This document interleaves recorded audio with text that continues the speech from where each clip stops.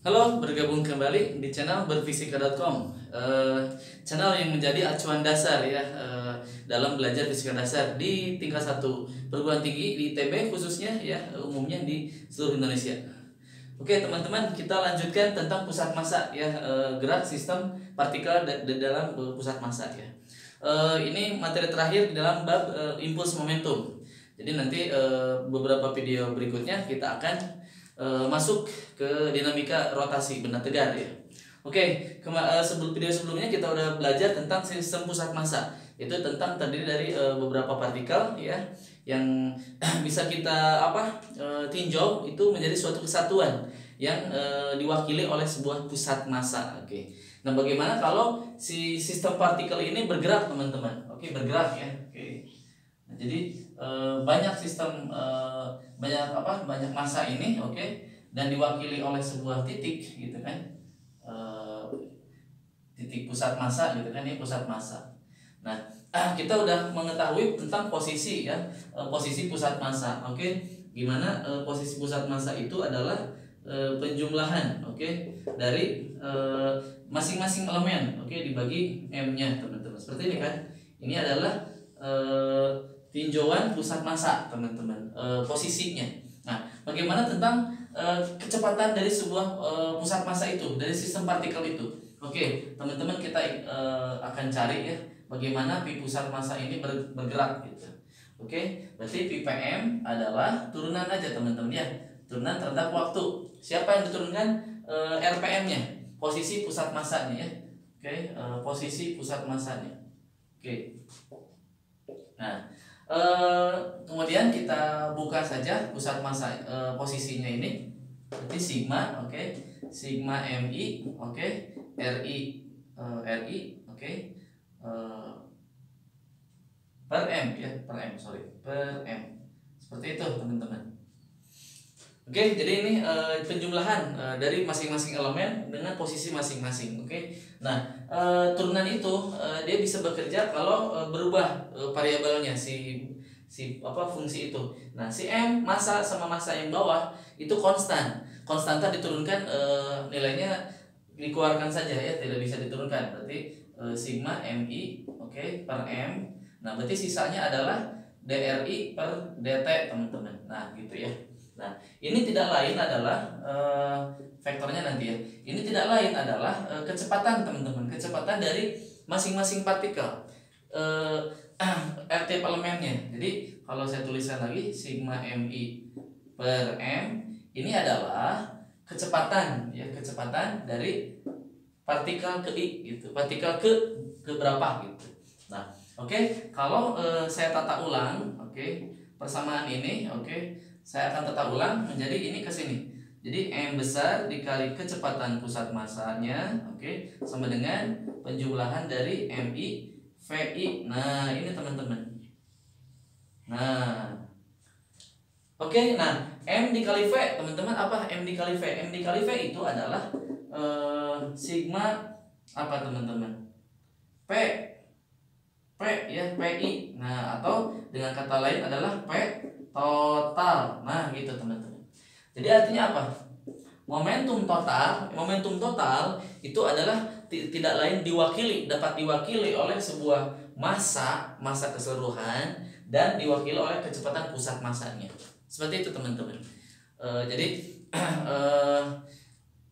di babak sebelumnya kita udah meninjau sebuah titik. Nah, ini sekarang anggapan kita udah benar menyatakan seperti itu. Jadi titik yang tadi itu diwakili sekarang ya dengan sebuah benda pusat massa. Oke. Kemudian dalam gerakan biasanya selain kecepatan ada percepatan, teman-teman. Oke, ini adalah kecepatan pusat massa. Oke, saya tulis kecepatan pusat massanya. Oke. Kemudian kita akan tinjau percepatan pusat massanya. Oke. Percepatan pusat massanya, APM berarti ya. Oke, berarti APM itu kita turunkan dari kecepatan pusat massanya. Berarti turunan dari kecepatan pusat massanya. Oke. Nah, turunan kecepatan pusat massa itu adalah kita buka, oke. D per dt dalam kurung kecepatan pusat massa. Nah ini, nah teman-teman, nah kita tuliskan lagi sigma mi vi per m besar. Nah seperti itu ya. Oke, nah berarti masanya konstan, kita keluarkan sigma mi dibagi m besar itu adalah turunan dari kecepatannya teman-teman. Nah ini A pusat massa. Nah berarti apa maksudnya? Berarti turunan dari kecepatan itu adalah percepatan. Jadi ini kecepatan sebuah partikelnya ke gitu, ke berapa? Nah begitu pun kita turunkan, berarti sigma mi menjadi ai teman-teman dibagi m dari A pusat massanya. Nah, kalau kita tata ulang persamaan ini, kita kalikan ke depan, jadi nih di sini aja P total. Oke, menjadi M dikali A pusat massa itu tidak lain sigma mi dikali AI. Nah ini teman-teman. Nah M dikali A itu adalah gaya teman-teman. Jadi ini adalah yang sebelah kanan itu adalah sigma dari F total I. Nah jadi gaya yang bekerja pada gaya total yang bekerja pada sistem itu tidak lain sama dengan massa total dikali percepatan pusat massanya teman-teman. Nah sedangkan kita tahu gaya total itu gaya net lah, kalau di buku-buku textbook itu net, F net. Nah F net ini terdiri dari F internal, oke, ditambah nanti F eksternal teman-teman, X eksternal, F dari luar. Nah F internal itu F antara masing-masing, misalkan benda satu terhadap benda dua kayak gitulah. Nah F internal kalau kita jumlahkan ya menurut hukum Newton ketiga ini besarnya sama tapi berlawanan arah teman-teman. Besarnya sama dan berlawanan arah. Akibatnya kalau kita pakai sigma berarti ini sama dengan 0 nanti penjumlahannya. Kan nanti ada F12 sama dengan min F21. Nah nanti penjumlahan semuanya total itu nanti 0. Jadi yang tersisa adalah F eksternal. Jadi ini adalah saya tuliskan sigma F eksternal saja teman-teman. Sigma F eksternal. Nah, sehingga kita tuliskan kembali sigma F eksternal itu eksternal sama dengan ini massa dikali percepatan pusat massanya. Nah seperti itu teman-teman. Oke, nah kemudian kembali lagi kita tuliskan persamaan yang umumnya. F eksternal itu sama dengan M dVm per dt gini kan. Oke, seperti ini ya. Nah, oke. Nah jika tidak ada gaya eksternal gitu teman-teman, jika tidak ada gaya eksternal yang bekerja, oke, ini kan tidak lain adalah momentum ya teman-teman, P total. Nah gitu kan, sigma. Oke gini, dP total per dt. Nah misalnya gitu, sigma F eksternal. Nah, kan M dikali V itu momentum ya. Jika tidak ada X eksternalnya, F nya nggak ada teman-teman, berarti kira-kira turunan ini adalah sebuah konstanta. Artinya P totalnya adalah konstan teman-teman. Jadi ini adalah P total sistemnya adalah konstan, karena sesuatu yang diturunkan itu 0 itu adalah konstanta. Jadi F totalnya, P totalnya adalah konstan, momentum linear sistemnya teman-teman.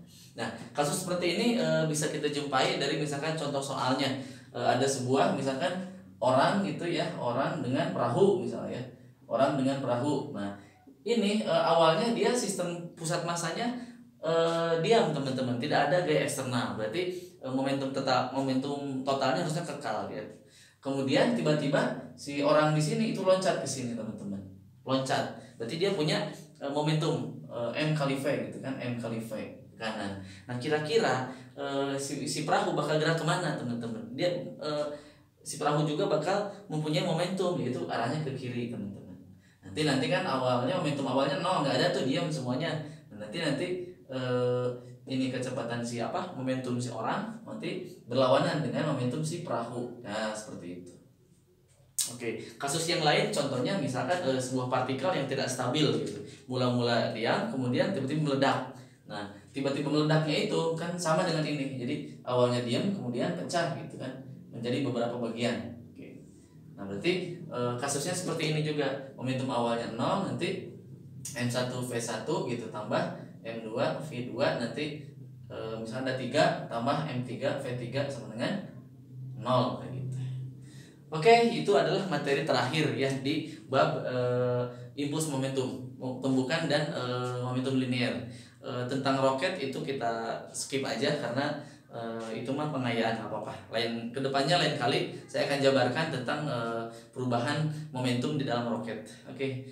See you next time. Sampai jumpa di lain kesempatan. Tetap semangat untuk mengejar materi dan berlatih menghadapi UTS ya beberapa hari lagi. Oke, bagi teman-teman yang masih kebingungan, kesulitan mencari tempat bertanya gitu tentang masa TPB, fisika dasar A, fisika dasar B, kalkulus A, kalkulus B, kalkulus C juga, kimia dasar A dan B, atau mata kuliah yang lainnya, kita bisa bantu bersama tim MEC ini, tutor-tutor terbaik ya, bersedia menjadi teman belajar teman-teman di TPB. Sampai jumpa di lain kesempatan. Salam berbisika.com.